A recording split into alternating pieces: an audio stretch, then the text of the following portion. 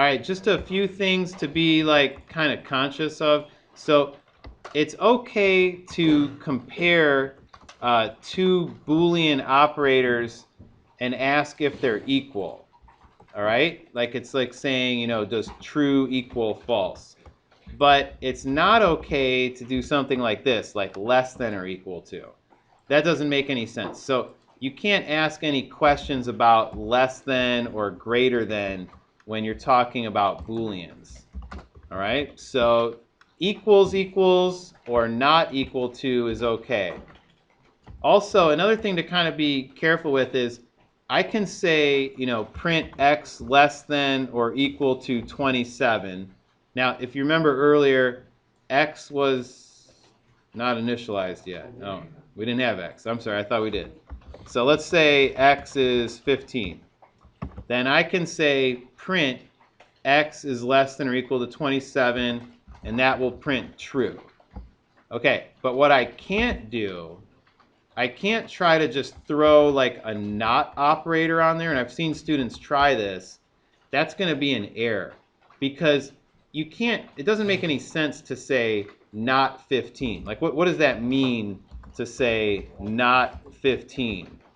Okay, so there's a lot of things that are not 15. You know, 50 is not 15, but so is 5. So which one is it?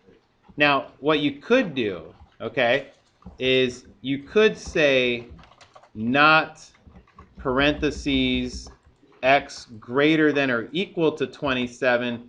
In fact, that's the same exact thing as saying x greater than 27. Okay, and that should make sense to you logically if you think about it. So you can put a not operator, but you want to enclose the Boolean condition in parentheses, because what that's going to do is that's going to force you to first decide true or false, and then take the opposite of it, okay? Which is different than what I did right here. I was trying to take the opposite of an integer, and that doesn't make any sense. That's why the compiler threw an error at me. So the way I've written my code now is fine.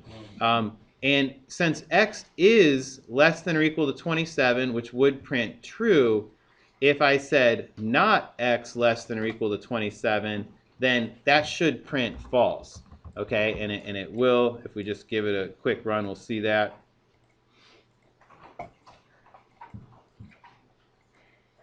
Okay, so true and then false, all right, like we predicted. And this false right here was the result of comparing those two Booleans. Okay, so you've got the AND operator, the OR operator, all kinds of things here you can mess around with. Just you want to be a little careful. If we go back to that document I was showing you earlier, most of this stuff, right, can only be applied to Booleans. The exception is these equality operators here. These are meant for numerics, so they result in a Boolean, but you can put numbers on either side. All right, but they're going to give you back a Boolean value.